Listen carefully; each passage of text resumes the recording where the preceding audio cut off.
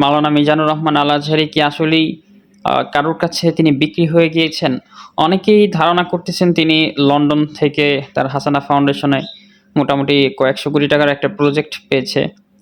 গতকাল মাওলানা মিজানুর রহমান আল আজহারীর ফেসবুক স্ট্যাটাসে দেখলাম তিনি লিখেছেন যে নির্বাচনের আগে আর কোনো মাহফিল করবেন না, অর্থাৎ কোনো জনসমাবেশেও তিনি যাবেন না। কারণ হিসেবে উল্লেখ করেছেন যে সেখানে গেলে ব্যাপক জনসমাগম হয়, আইন শৃঙ্খলা বাহিনী সেটাকে অনেক সময় পরিস্থিতি মোকাবেলা করতে কঠিন হয়ে যায়, যার জন্যই তিনি মূলত মাহফিল বা এ ধরনের সভা সমাবেশকে এড়িয়ে চলবেন। আসলে আমার প্রশ্নটা হলো, মাওলানা মিজানুর রহমান আল আজহারী কি আসলেই কারোর কাছে তিনি বিক্রি হয়ে গিয়েছেন? অনেকেই ধারণা করতেছেন তিনি লন্ডন থেকে তার হাসানা ফাউন্ডেশনে মোটামুটি কয়েকশো কোটি টাকার একটা প্রজেক্ট পেয়েছে। হাসানা ফাউন্ডেশনে তারা ডোনেট করবে। তো এটা অনেকেই পারস্পরিক আলোচনা করতেছে বা বলাবলি করতেছে। আসলে ব্যাপারটা হলো মিজানুর রহমান আল আজহারী কিন্তু মূলত জামাত ইসলামীর একজন, মানে তিনি যদিও এটা দাবি করেন না, কিন্তু জামাত এটা দাবি করে যে তিনি আমাদেরই লোক। কিন্তু মিজানুর রহমান আল আজহারী ব্যক্তিগতভাবে কখনোই এটা বলেননি যে আমি জামাত ইসলাম করি। তবে আমরা তার একটা মাহফিলের একটা বক্তব্যের সূত্র ধরে যতটুকু বুঝতে পেরেছি তিনি জামাত ভাবাপন্ন। সেই শব্দটি ছিল তার একদল খেয়ে গেছে আর একদল খাওয়ার জন্য প্রস্তুত হয়ে আছে। তো আসলে এখানে যে অ্যানালাইসিস করার যে বিষয়টা, যে তিনি কি যদি নাম নেই বলি বিএনপি ধারা কোনো প্রভাবিত হয়েছেন কিনা, কোনো অফার পেয়েছেন কিনা বা তাদের কাছে বিক্রি হয়েছেন কিনা, অনেকেই ক্ষেত্রে আলোচনা করেন যে বিএনপি তাকে হয়তো 100 কোটি টাকা দিয়েছে বা 200 কোটি টাকা দিয়েছে, যদিও এর সপক্ষে কোনো প্রুফ দেখাতে পারেনি। তবে এটা তাদের ধারণা, তাদের কনসেপ্ট।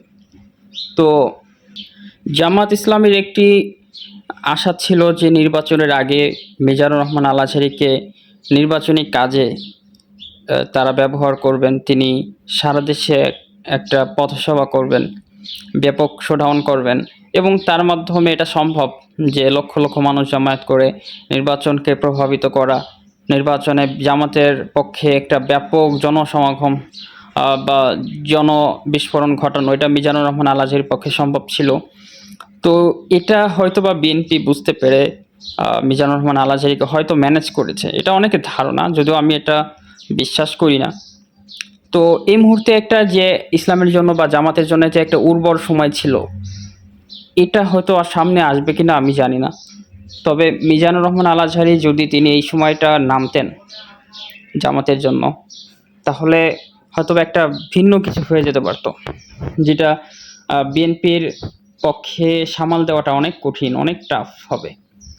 এই জন্য বুঝতে পেরেই হয়তো মিজানুর রহমান আল আজহারীকে হয়তো ম্যানেজ করেছে বিএনপি, যেন তিনি বিএনপির বিপক্ষে বা জামাতের পক্ষে গিয়ে কোনো কার্যক্রম না চালায়।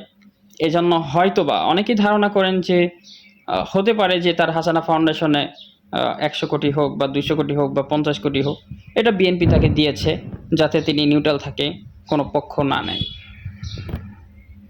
যতটুকু দেখতেছি তিনি জামাত ইসলামের ব্যাপারে একেবারে নিউট্রালে আছেন, জামাতের ব্যাপারে তিনি নিশ্চুপ আছেন। জামাতের কোনো নেতা বা উল্লেখযোগ্য কারোর সাথে তেমন সাক্ষাৎ বা সৌজন্য সাক্ষাৎও আমরা দেখতে পাচ্ছি না। তো এটা ধরে নেওয়া যায় যে তিনি জামাত ইসলামকে এখন অ্যাভয়েড করে চলতেছেন। যদিও আমি কোনো রাজনীতির সাথে জড়িত না, তারপরও আমি মিজানুর রহমান আল আজহারীকে বলবো যে আপনার এ পর্যন্ত আসার পিছিয়ে যাদের অবদান, এদেরকে আপনি এভাবে ভুলে যেতে পারেন না। এটা ভুলে যাওয়াটা আপনার উচিত হবে না বা কোনো বিবেকবান মানুষের কাজ হবে না তাদেরকে এভাবে অ্যাভয়েড করা চলা। আপনার প্রতি জনগণের যে একটা আশা আকাঙ্ক্ষা, এটা যদি আপনার দ্বারা প্রতিফলিত না হয়, এরকম অনেক বড় বড় সেলিব্রিটিকে জনগণ ধুয়ে ফেলেছে।